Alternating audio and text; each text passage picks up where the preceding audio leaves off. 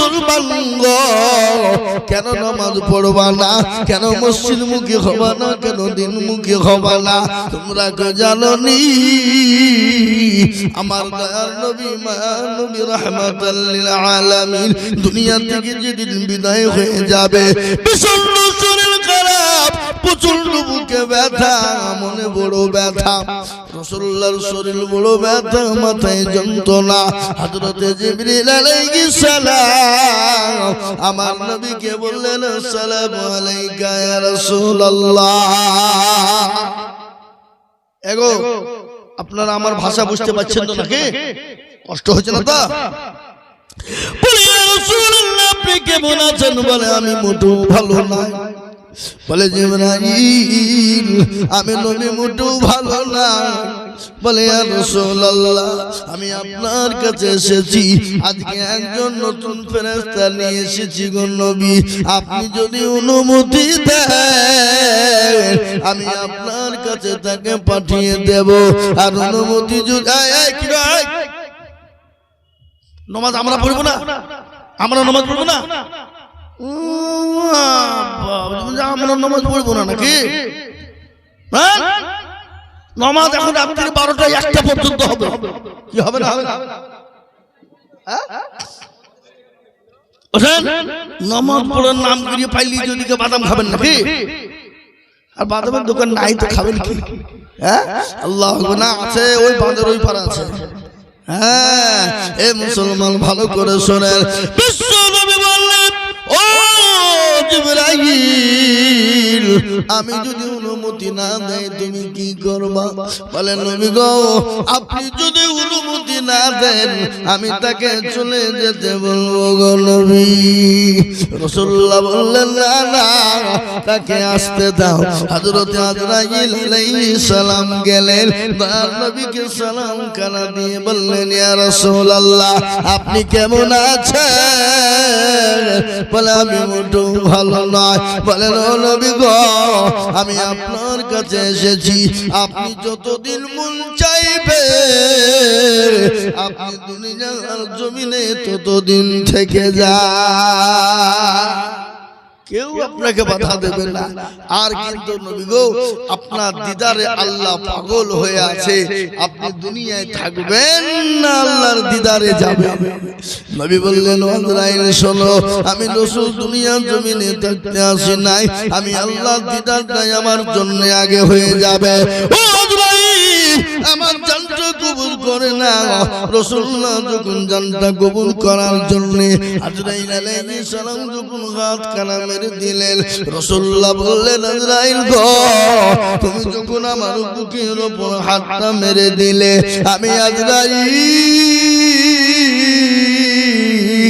খোদার কসম করে বলি আজরাইল শুনে না তুমি যখন আমার বুকের উপর হাতটা মেরে দিলে আমি নবী উপলব্ধি করলাম গোটা উহুদ পাহাড়টা আমি নবীর বুকের উপর হয়তো পড়ে গেল ও আমার আজরাইল বলো আমার উম্মতির এরকম নাকি কষ্ট হবে আমার উম্মতি কি এরকম ভাবে তারা কষ্ট পাবে নবী বলেন আজরাইল বললেন নবী গো আপনার উম্মতি তারা কষ্ট পাবে না বলে কিরকম তারা কষ্ট পাবে না বলে নবী গো ছোট বাচ্চা যেমন মায়ের স্তনের দুধ খেতে খেতে খেতে ঘুমিয়ে যায় কোন রকম বুঝতে পারে না যারা আপনার মুমিন উম্মত হবে যারা আপনার পরগার উম্মত হবে যারা আপনার আল্লাহওয়ালা হবে যারা নামাজি দিনদার হবে যারা ঈমানওয়ালা কলমাওয়ালা হবে ওগো নবী তাদের যখন মৃত্যু বরণ হয়ে যাবে তারা কোনো রকম টের পাবে না তারা কোনো রকম বুঝতে পারবে না গো হাবিব মুসলমান দরদি মৃত্যুর যন্ত্রণা বড় কঠিন যন্ত্রণা বাপ আমরা সবই জানি তারপরও নামাজ পড়ি না তারপরও রোজা করি না তারপরও কোরআন পড়ি না তারপরও মসজিদ চিনি না তারপরও মাদ্রাসা চিনি না তারপরও আলেম চিনি না তারপরও মুসলমান আল্লাহ চিনতে পারে না আজকে এই দিন ইসলাম এ কোরআন আমরা পেয়েছি এমনি এমনি হাঁটতে হাঁটতে আসেনি বাবা। কি বলছেন বলুন? হাঁটতে হাঁটতে আছে।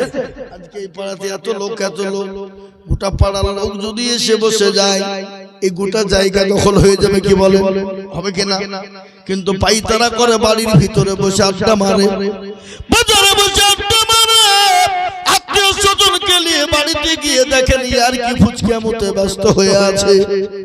আল্লাহ বলছে একবার মরবি মর, তোর আর কি তোর ফুচকা মু আমি বের করে দিব। দেখবে মজা। এরকম লোক আছে না নাই জোরে বলো? আছে না? কিন্তু এই দিনের জন্য সবার মার গেলেন, বিবিকে ব্যয় করে দিলেন, সন্তানকে দিন করে দিলেন, এমনকি নিজের পোশাক পর্যন্ত সাহাবারা ছেড়ে দিলেন। একজন সাহাবা যার নাম হলো আব্দুল উজ্জা। আপনারা সকলে এই ঘটনাটা আপনারা জানেন রে বাপ। আব্দুল উজ্জা ছোটবেলায় দুনিয়া থেকে তার বাপ মা চলে গিয়েছিল, ছোট্ট একটা বাচ্চা। হঠাৎ করে একদিন তার চাচাকে বলছেন, চাচা গো চাচা, ও চাচা বলো ওই মুহাম্মদ সাল্লাল্লাহু আলাইহি ওয়াসাল্লাম লোকটি কেমন? বলে খুব ভালো। বলে তাই নাকি? তো বলে চাচা যদি ভালোই হয়ে যায় তাহলে আপনি আর মোটু বিলম্ব দেরি করবেন না, আপনি পড়ে দিন কালেমা লা ইলাহা ইল্লাল্লাহু মুহাম্মাদুর রাসূলুল্লাহ সাল্লাল্লাহু। কি নবীর নাম শুনলে কি বলতে হয়? তো আপনারা বললেন না নাকি? বাড়িতে গিয়ে বলবেন। এ বাবুজি, আমাদের দেশে মানুষ মরে গেছে, দেখতে গিয়ে বলছে সাল্লাল্লাহু আলাইহি ওয়াসাল্লাম, এই ওখানে ইন্না লিল্লাহি পড়তে হবে, ওখানে সাল্লাল্লাহু আলাইহি ওয়াসাল্লাম চলবে? কোথাকার কথা কোথা লাগাইলে হবে? কথা বলে মসজিদে নামাজ পড়তে গিয়ে যে নামাজের বাপ যে এরকম করে বসে আছে, তো মসজিদে এরকম করে টালি বাজিয়ে দেখছে কেমন বসেছে। এরকম মুসল্লি আছে না নাই? কথা কর। এ মুসলমান, এই শুরুলিয়া মাদ্রাসা এর আগে একবার সৌদির ইমাম এসেছিল, জানেন তো আপনারা? মাগরিবের নামাজ হয়েছিল, হাজার হাজার লোক, জায়গা ছিল না জামাত। এই মির্জাপুরেরই একজন, আমি দাঁড়িয়ে নামাজ পড়ছি, এক রাকাত হয়ে গেছে, আর আরেকজন দৌড়তে দৌড়তে সেখানে দাঁড়াচ্ছে, আরেকজন যাই শালাই তো কোটা সেজদা দিবি, তো সেজদা হবে? হ্যাঁ, তো কোটা দিবি সেজদা, সেজদা হবে? নামাজে দাঁড়িয়ে বলছি নামাজ হবে? বলেন ওবার নামাজে গাল দিয়ে বলছে শালা তো সেজদা সেজদা হবে না, হবে না। কি বলবেন আপনারা? হায় হায় হায় হায় আল্লাহ। চাচাকে বললেন, চাচা গো, বলে ওই মুহাম্মদ সাল্লাল্লাহু আলাইহি ওয়াসাল্লাম মানুষটি কেমন? বলে ভালো। বলে চাচা যদি ভালোই হয়ে যায়,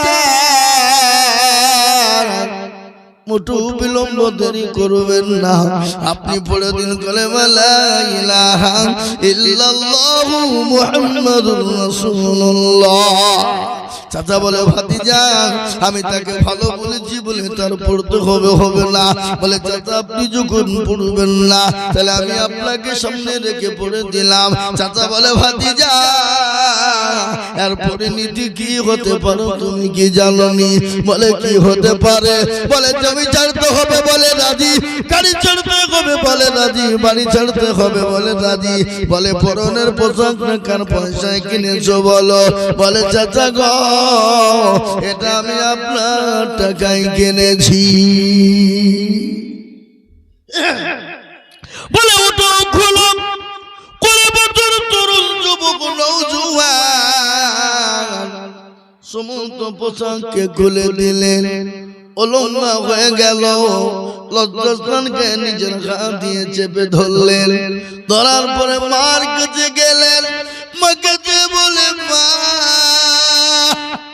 মা বলে যখন ডাক দিয়েছে, জনম দুঃখিনী মা এরকম করে মুখটা ফিরিয়ে নিয়ে দেখে সঙ্গে সঙ্গে মুখটা যখন ফিরিয়ে নিল বলে বেটা আব্দুল উজ্জারে এই অবস্থা কেন তোর হলো মা? বলে মা গো আজ ইসলামের জন্য দিনের জন্য আজকে রাসূলুল্লাহকে ভালোবাসার কারণে জমি গাড়ি বাড়ি টাকা পয়সা সম্পদ সব ছেড়ে দিয়েছি, এমনকি পরনের পতন পর্যন্ত ছেড়ে দিয়েছি গো মা। মা বলে বেটা আব্দুল উজ্জা কি নিবি বলে মা আমি তোমার কাছে কোনো জিনিস নিব না, একটু কোন রকম তুমি ছেঁড়া জিনিস আমাকে একটা কম্বল দাও। মা আপনার কম্বল কানা ছেড়ে সন্তানকে দিলেন, কোন রকম ভাবছিল সন্তানকে ঢেকে নিলেন, রাসূলুল্লাহর দরবারে চলে গেলেন। বিশ্ব নবী আসহাবে সুফার ভিতরে সাহাবাদেরকে কোরআনের তালিম দিচ্ছিলেন। ইতিমধ্যে ওই তরুণ যুবক নওজোয়ান 20 বছরের যুবক উস্কো অবস্থায় মসজিদে নববীর সামনে দাঁড়ানো। রাসূলুল্লাহ বললেন ও সাহাবারা দেখো ছেলেটার নাম কি, কোথায় বাড়ি, কোথা থেকে এসেছে, তার পরিচয়টা নাও। নবীজি তাকে ডাকলেন, ডেকে নিয়ে ভিতরে গেলেন। বলে বাবা রে এ হাল কেন তোমার হয়েছে একটু বলবা? বলে নবী গো আজকে দিনকে ভালোবাসার কারণে, ইসলামকে ভালোবাসার কারণে, আপনাকে মহব্বত করার কারণে জমি গাড়ি বাড়ি টাকা পয়সা এমনকি পরনের পোশাক পর্যন্ত ছেড়েছি। আমি আমার মায়ের কম্বল ছেঁড়া কেনা এনেছি নবী গো, আমি আমার মায়ের কম্বল ছেঁড়া কেনা নিয়ে এসেছি গো নবী। রাসূলুল্লাহ বললেন সাহাবারা আব্দুল উজ্জার নামটা রেখে পাল্টে দাও আব্দুল্লাহ, আমাকে কলমা পড়ে মুসলমান বানিয়ে নাও, তাকে পোশাক দাও এবং তার নাম রেখে দিবে আব্দুল্লাহ। আল্লাহর কাছে সবথেকে প্রিয় নাম কোনটা বলেন দেখি? আব্দুল্লাহ।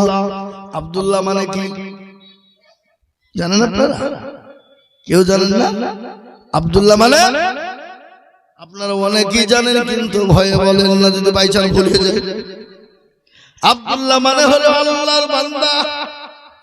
আব্দুল্লাহ মানে আল্লাহর বান্দা।